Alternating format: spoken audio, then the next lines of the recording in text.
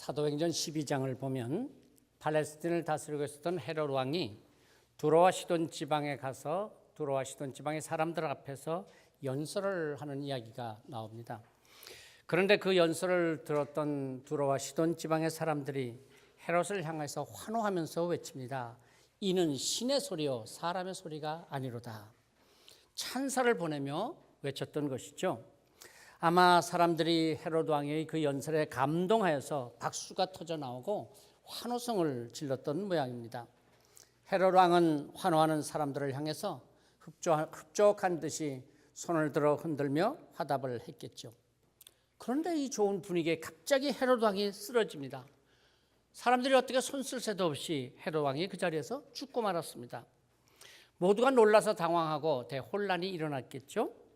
그런데 성경은 헤롯 왕의 죽은 이유에 대해서 이렇게 기록하고 있습니다. 사도행전 12장 23절입니다. 헤롯이 영광을 하나님께 돌리지 아니하므로 주의 사자가 곧 친히 벌레에게 먹혀 죽으니라. 주의 사자가 쳐서 벌레에 먹혀서 죽었다.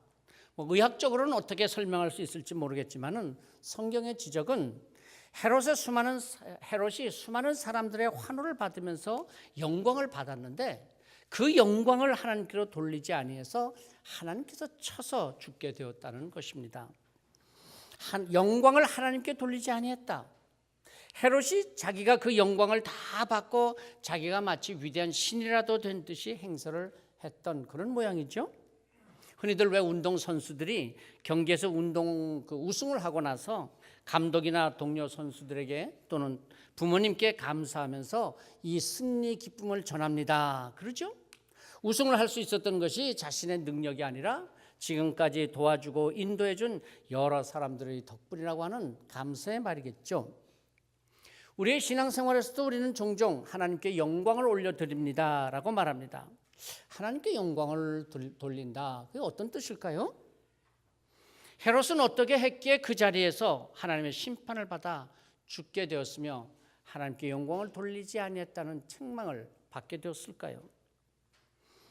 오늘 우리가 읽은 말씀에서 바울 사도는 고린도 교회 성도들에게 권합니다. 31절이죠. 그런즉 너희가 먹든지 마시든지 무엇을 하든지 다 하나님의 영광을 위하여 하라. 우리가 어떻게 하는 것이 하나님의 영광을 위하여 하는 것일까요? 자칫 우리가 기쁘고 즐거운 일들을 겪었을 때, 많은 사람들의 칭찬을 들었을 때, 또는 모든 형편이 잘 풀려가고 일이 잘 될 때 혹시라도 헤롯 왕과 같은 실수를 범하여서 불행을 당하게 되지는 않을까 걱정스러움이 앞서기도 합니다. 일찍이 엘리야 선지자는 인간의 삶의 목적이 하나님의 영광을 위하여 창조되었다라고 하면서 이렇게 말합니다. 이사야 43장 7절입니다. 내 이름으로 불려지는 모든 자 곧 내가 내 영광을 위하여 창조한 자를 오게 하라. 그를 내가 지었고 그를 내가 만들었느니라.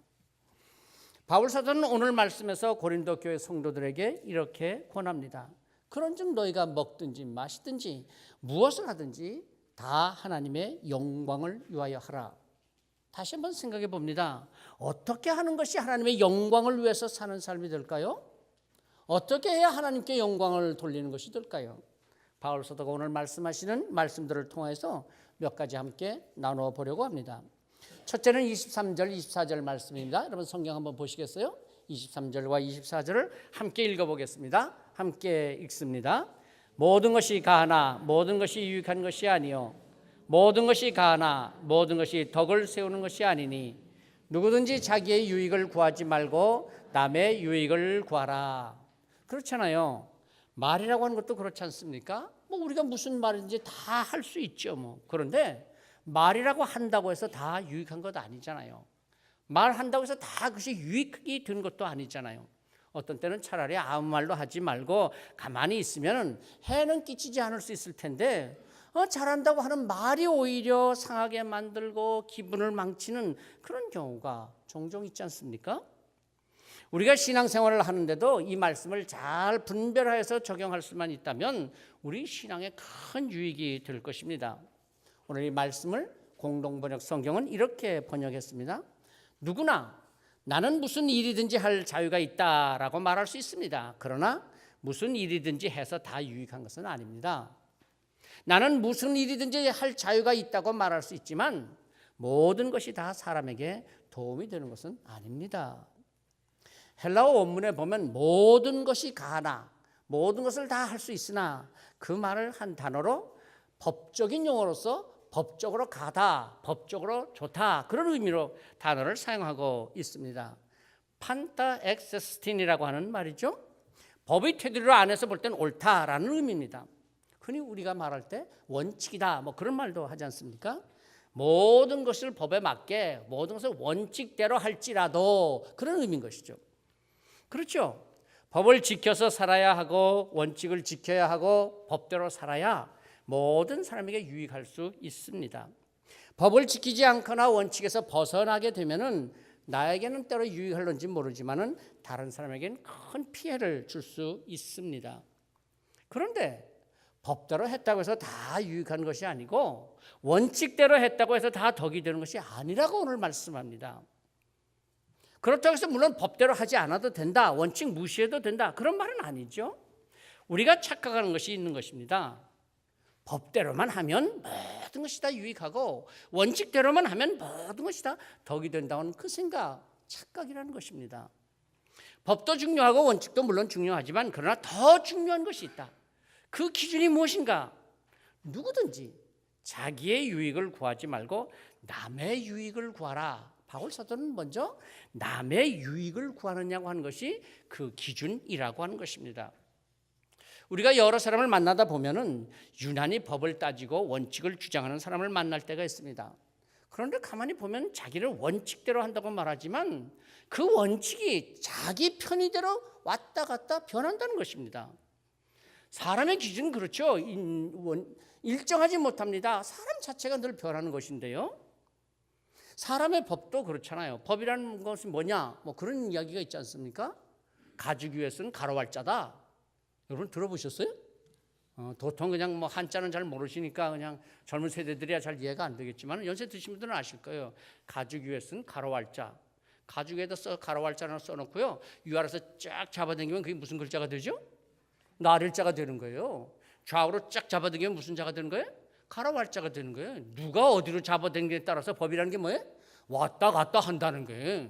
법이 그렇게 온전하게 절대적인 것이 아니라는 것이죠. 법이 사람을 위해서 있는 것입니까? 사람이 법을 위해서 있는 것입니까? 법대로 한다, 원칙대로 한다, 그렇게 말을 하지만은 사실은요, 그 말 한마디 때문에 평생 마음에 상처를 받고 치유받지 못해서 괴로워하는, 고통을 줄 수도 있다고 하는 것입니다. 자기의 유익에만 빠져들지 말고 다른 사람의 유익을 구하라. 어느 시대나 필요했겠지만은 요즘처럼 경직되고 각박한 시대 속에서 정말 필요한 우리의 마음입니다. 상대방에 대한 배려, 서로의 마음을 헤아릴 줄 아는 좀 세심함, 내 고난을 좀 내어줄 수 있는 넉넉함, 나를 이해할 때까지 기다려줄 수 있는 여유를 좀 가질 수는 없을까요? 얼마 전에 제 페이스북에 이런 글이 올라왔습니다. 촛불은 혁명이고 태극기는 부대냐? 모두가 다 나라를 생각하는 마음이고 애국하는 마음일 텐데 왜 이렇게 서로를 부정하고 비난해야 할까요? 서로 물론 방법은 다르다고 할지라도 좀 배려하고 이해하고 그래도 나라를 생각하려는 그 마음들을 좀 서로 헤아려 볼 수는 없을까요? 누가복음 15장에 나오는 탕자 비유 이야기에서 보면 큰아들, 그런 모든 일이라는 그 법이 중요하다. 아주 법대로 살려고 했던 그런 대표자입니다. 자기의 몫의 유산을 챙겨서 아버지와 집을 떠나서 그 모든 재산을 탕진하고 돌아온 동생, 둘째 아들. 아버지는 죽었던 아들이 살아서 돌아왔다고 좋아하면서 제일 귀한 옷을 입히고 송아지를 잡고 잔치를 열었습니다. 그런데 큰아들, 그는 아버지에게 이렇게 말합니다. 아버지, 내가 여러 해 아버지를 섬겨 그 명을 어김이 없었는데 내게는 염소 새끼라도 하나 주어서 내 벗으로 즐겁게 하신 일이 있으셨습니까? 평생을 아버지의 명에 어김없이 살았거늘 이 큰아들은 늘 자기가 법대로 살았다는 원칙에서 어긋난 삶을 살지 않았다 그 말입니다. 물론 맞는 말이죠. 그렇게 살았겠죠. 그런데 지금 동생은 아버지의 재산을 다 탕진하고 돌아왔는데 책망을 하고 내쫓든지 벌을 주어야 하는데 아버지의 지금 그 행동은 법에 어긋납니다. 원칙에 어긋납니다. 아버지는 불공평하다, 정의롭지 못하다는 것을 이 큰아들은 아버지를 책망하는 것입니다. 그만큼 큰아들로서는 항상 법, 원칙이 인생의 최고 목적이었던 것입니다. 그런데 사실 좀 자세히 보면요, 큰아들이 분노한 것은 법이다 원칙이다 그보다도 자기 유산을 빼앗겼기 때문인 것입니다. 왜 송아지를 잡고 왜 잔치를 벌려서 이 많은 비용을 허비하느냐, 왜 내가 받을 유산을 허비했느냐, 그게 바로 큰아들의 본심이었습니다. 결국 법과 원칙을 주장한다고 하지만 그 바탕에는 자기의 유익을 추구하고 자기의 유익에 손해가 왔다고 하는 것을 말하는 것입니다. 그런데 말입니다, 예수님께서는 우리가 덕을 이루는 일에 초점을 맞추지 아니하고 예수님께서 만일 법을 세우는 일에다가 우리의 모든 삶을 초점을 맞추셨더라면 우리 중에 누가 살아남을 수 있겠습니까? 누가 그 죄의 심판에서 자유로울 수 있겠습니까? 제가 늘 인용하는 말이지만 장 깔백 목사님이 그렇게 말했다 그러잖아요. 만일 하나님께서 우리가 거짓말할 때마다 그 벌로 우리의 이빨을 한 대씩 뽑으셨더라면 우리의 이빨은 이미 오래전에 다 뽑혀졌을 것이다. 물론 요즘 임플란트 하니까 그래도 남아있을 분들이 계실런지는 모르겠습니다만은 그만큼 하나님께서는 우리에게 법으로서 따지지 아니하시고 우리에게 덕을 세우셨다. 용서와 사랑이 있으셨다고 하는 것입니다. 하나님께서 우리에게 법대로 하셨다면 우리에게는 어떤 소망이 남을 것이 있겠습니까? 예수님께서는 율법을 넘어서 사랑과 은혜로 십자가를 지시고 우리의 죄를 대속해 주셨기 때문에 우리가 오늘 이렇게 구원의 삶을, 축복된 삶을 살아갈 수 있는 것이죠. 율법에 따라서 회개하고 하나님께로 돌아오면 이제는 율법이 아니라 은혜로, 사랑으로 우리에게 덕을 세워주셨던 것입니다. 여러분, 법을 지키는 것과 덕을 세우는 것 어느 쪽이 더 어려울까요? 잘 모르시겠어요? 둘 다 어렵죠. 그럼요. 어려운 거예요. 그렇지만 좀 생각해 보면 사실 법을 지키는 것보다 덕을 세우는 것이 더 어려운 거예요. 왜 그런지 아십니까? 덕을 세우기 위해서는 항상 자기 손해를 감수해야 하기 때문입니다. 자기의 유익을 구하지 아니하고 남의 유익을 위해서 자기 유익을 내려놓아야 덕을 세울 수 있습니다. 그래서 남의 유익을 구한다고 하는 게, 덕을 세운다고 하는 게 참 어려운 것입니다. 내가 손해를 보고 내 자존심이 상하고 내 권한의 침해를 당할 때 참기 어려운 거예요. 내 말 안 들어? 너 유괴 질서가 없어. 원칙이 아니야. 나만 손해볼 수 없어. 내가 누군데 그러는 거야. 그런데 바로 이런 때 우리는 생각할 수 있어야 합니다. 하나님께서 법대로 원칙대로 하셨더라면 나는 어떻게 되었을까? 이어지는 25절 30절까지의 말씀에서는요, 우상에게 바쳤던 제물, 고기에 대한 이야기입니다. 당시 고린도시에서는 시장에서 파는 고기의 대부분은 우상 신전의 제물로 바쳤던 것들이 팔려서 나오는 것이었습니다. 그래서 그리스도인들로서 고기를 먹을 때 마음에 꺼리낌이 있습니다. 이거 우상에 바쳤던 제물 아니야? 그래서 고린도 교회 내에서 이것이 큰 논쟁거리가 되었습니다. 바울 사도는 이 문제를 양심의 문제로 말씀합니다. 25절 한번 보시기 바랍니다. 무릇 시장에서 파는 것은 양심을 위하여 묻지 말고 먹으라. 다시 말해서 그리스도인들은 양심의 자유함을 누릴 줄 알아야 한다는 것입니다. 우상에게 바쳤던 제물이면 어떠냐? 묻지 말고 그냥 고기로서 사다 먹으라. 왜냐하면 26절입니다. 보세요. 이는 땅과 거기 충만한 것이 다 주의 것입니다. 고기가 누구의 것입니까? 하나님의 것입니다. 우주 만물이 다 누구의 것입니까? 하나님의 것, 하나님께서 우리에게 주신 것이니 감사함으로 받고 감사함으로 먹으라 하는 말씀이죠. 혹시 여러분 국립공원이나 뭐 역사 유적지를 가셨다가 절에 들어가게 되신 분들, 또 절에 들어갔더니까는 괜히 막 두렵고 깨름직하고 뭐 그런 거 느끼지 않으셨습니까? 야, 이거 귀신이라도 들어간 거 아니야? 뭐 그렇게 걱정하지 않으셨어요? 예. 그러나 여러분 걱정 마세요. 우리 하나님이 그렇게 약한 하나님 아니십니다. 구경할 거 있으면 다 구경하고 문화재로 잘 감사하고 나오세요. 또 고사떡 있잖아요. 그 시루떡 말이에요. 그 얼마나 맛있는 떡이에요. 더구나 통팥이 얼마나 많이 묻어 있어요. 그 맛있는 시루떡, 예, 고사 지낸 떡이라고 너무 두려워하지 마세요. 잘 드세요. 다 하나님의 것입니다. 우리는 양심에 거리낄 것이 없습니다.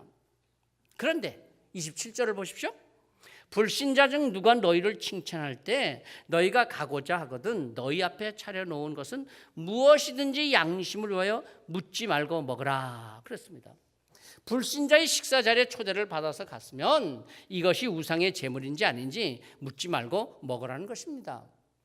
불신자가 초청을 했으니 가보면 뻔히 알잖아요. 어떤 음식이 나올 줄 다 알면서도 말해. 차라리 가지나 말든지 가서 앉아놓고는 이 고기가 무슨 고기냐, 이게 어떤 거냐, 나는 이런 건 못 먹네, 뭐 그렇게 자꾸 따지지 말라는 거예요. 그냥 묻지 말고 내 신앙 양심에 따라서 먹으라는 것입니다.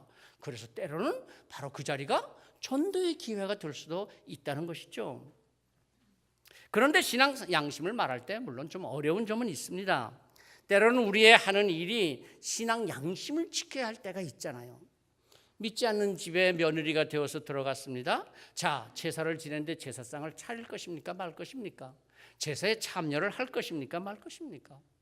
또는 회사에서 신앙 양심에 위배되는 일을 맡거나 해야 할 때 직업상 신앙 양심에 걸림이 되는 일을 어떻게 대처할 것이냐 하는 문제, 참 쉽지 않은 문제들입니다.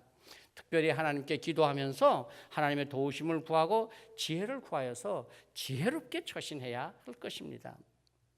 그리고 또 한 가지 양심의 문제가 있습니다. 28절 29절입니다. 누가 너희에게 이것이 제물이라 말하거든 알게 한 자와 그 양심을 위하여 먹지 말라. 먹을 수 있는데 먹지 말라는 거예요. 또 왜요? 내 양심으로는 다 하나님의 것이니까 나는 구별할 일 아니다. 나는 맘 놓고 먹을 수 있다.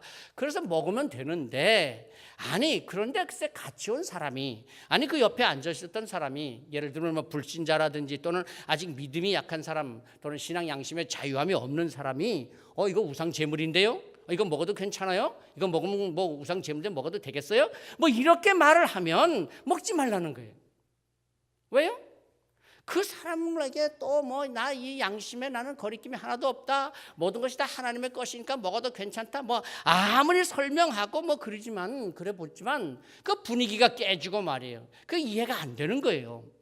하나님의 그 위대하심을 어떻게 이해할 수 있겠냐. 그러니까 차라리 그냥 암술 하지 말고 먹지 말아라. 그렇게 말씀하시는 것이죠.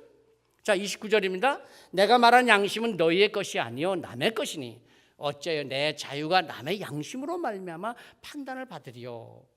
내 양심의 자유가 아니라 다른 사람의 양심의 자유를 위해서 먹지 말라는 것이죠. 다시 말해서 약한 사람을 위해서 내 자유를 내려놓을 수 있어야 하는 것입니다. 너무 흔히 그런 일 있잖아요.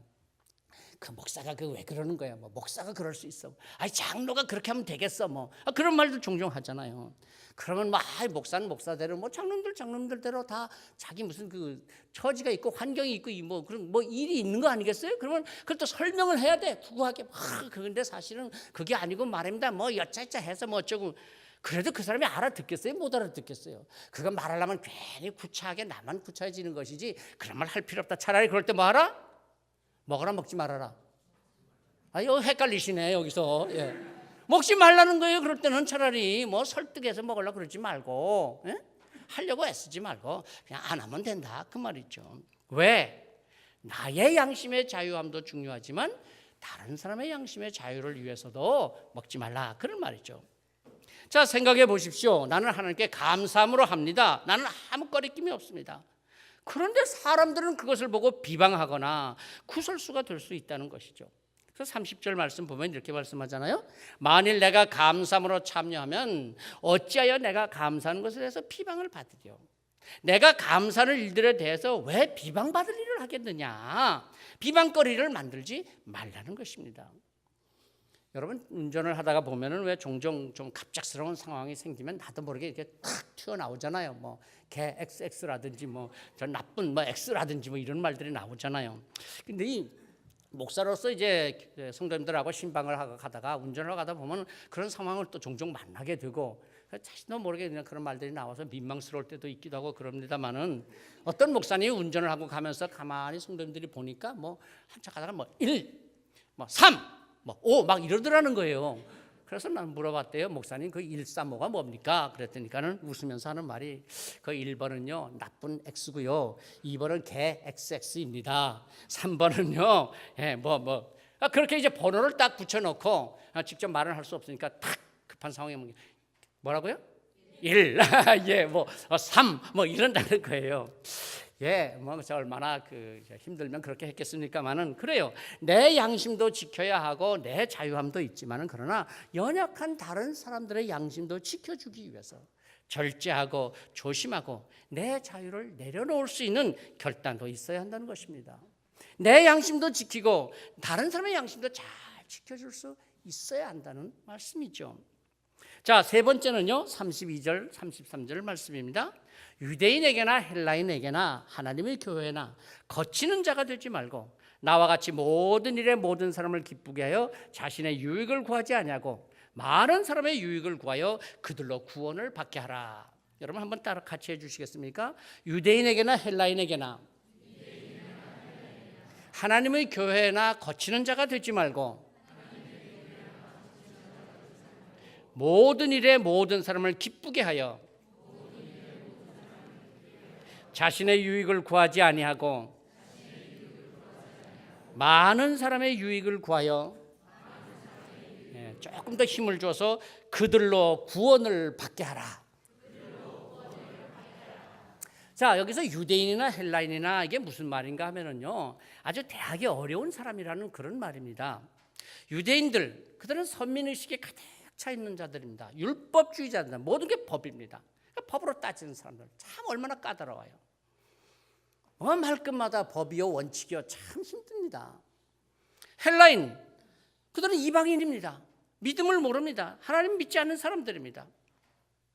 그리고 하나님의 교회의 성도들을 말합니다. 그런데 이 삼각관계가 아주 복잡합니다. 유대인들의 말대로만을 했다고 칩시다. 그런다면 헬라인들이 뭐라고 비난하느냐? 그 야만인 같은 짓들을 하고 있다고 그걸 말하는 거예요. 헬라인들이 말한 대로 했다고 칩시다. 그러면 유대인들이 뭐라 그럽니까? 율법을 어겼다고 그렇게 말하는 겁니다. 게다가 교회의 어떤 질서와 교회의 그 형식을 따라서 가면은 이 유대인, 헬라인 양쪽 부류의 사람들이 다 집중 공격을 하는 것이죠. 도저히 어느 쪽도 만족시킬 수 없는 관계가 바로 이 삼각관계예요. 유대인, 헬라인, 교회. 그런데 이 관계 속에서 거치는 자가 되지 말라라고 말씀합니다. 거치는 자라고 하는 말은 걸림돌 또는 다툼의 원인이라고 하는 그런 의미입니다. 그런데 헬라어에서는요 스칸달리온이라고 하는 말, 우리가 흔히 쓰는 말 중에 스캔들이라고 하는 말 있지 않습니까? 바로 그 단어입니다. 그러니까 우리 성도들이 믿는 사람들에게나 또는 믿지 않는 사람들에게나 아니 심지어 대적자들에게라도 걸림돌이 되지 마라. 다툼의 원인이 되지 말라. 나의 행동이나 나의 말이 스캔들이 되지 않도록 해라. 가정이나 사회에서 삶의 다툼의 원인이 되지 않도록 해라. 교회에서조차도 걸려 넘어지게 하는 자가 되지 않도록 조심해라. 처음 온 사람이 아이고 저 사람 보니 나 이 교회 다니고 싶지 않아. 오래 다니고 놓고선도 난 누구 때문에 이제 그 교회 나가고 싶지 않아. 그런 게 되지 말라고 하는 것이죠. 더군다나 신앙이 아직 깊지 못한 사람들 걸려 넘어지지 않도록 하라는 것입니다. 바울 사도는 고린도 교회 성도들에게 이렇게 말씀을 하면서 결론적으로 무엇을 위해서냐? 하나님의 영광을 위해서 하라고 말씀합니다. 다시 31절 말씀 너무나 우리가 잘 아는 말씀이죠. 한 번 더 읽어보겠습니다. 함께 읽습니다. 31절 그런즉 너희가 먹든지 마시든지 무엇을 하든지 다 하나님의 영광을 위하여 하라. 그래요. 하나님의 영광을 위해서 하는 게 뭘까요? 박수 치는 거 하나님한테서 안 치고 나를 위해서 치면 그게 하나님의 영광을 위하지 않는 걸까요? 뭐 그런 걸 말씀하실까요? 물론 그럴 수도 있겠죠. 헤롯 왕처럼 말입니다. 그런데 오늘 바울 사도는 그게 아닙니다. 우리에게 세 가지를 이렇게 말씀하고 있는 겁니다. 첫째는 하나님의 영광을 위해서 모든 것이 가나 모든 것이 다 유익한 것은 아니다. 모든 것이 가나 모든 것이 덕을 세우는 것이 아니다. 그래서 어떻게 하라고요? 자기 유익을 구하지 말고 남의 유익을 구하라 라고 말씀합니다. 이게 바로 성도가 하나님의 영광을 나타내는 길이요, 하나님의 영광을 위해서 사는 삶이라는 것입니다. 법대로 원칙대로 늘 그렇게 말하면서 자기 유익을 구하는 삶, 아니 남의 유익을 구하라. 다른 사람의 마음도 헤아릴 줄 알고 다른 사람을 좀 배려할 줄도 알고 내 자존심이 좀 상한다고 할지라도 그 내 자존심 좀 내려놓을 줄 알고 남의 유익을 구할 줄 아는 삶을 살라는 말씀입니다. 두 번째는요, 하나님의 영광을 위해서 내 신앙 양심도 지켜야겠지만 다른 사람의 신앙 그 양심도 좀 배려할 줄 알라는 것이죠. 내 신앙 양심에 따라서 자유하게 우리가 살아갑니다. 뭐 그런 거 이런 거 저런 거 구애받을 것 없이 담대하게 하나님께서 주신 것이요 하나님께서 베푸신 것들이니 내가 먹고 입고 쓰며 살리라.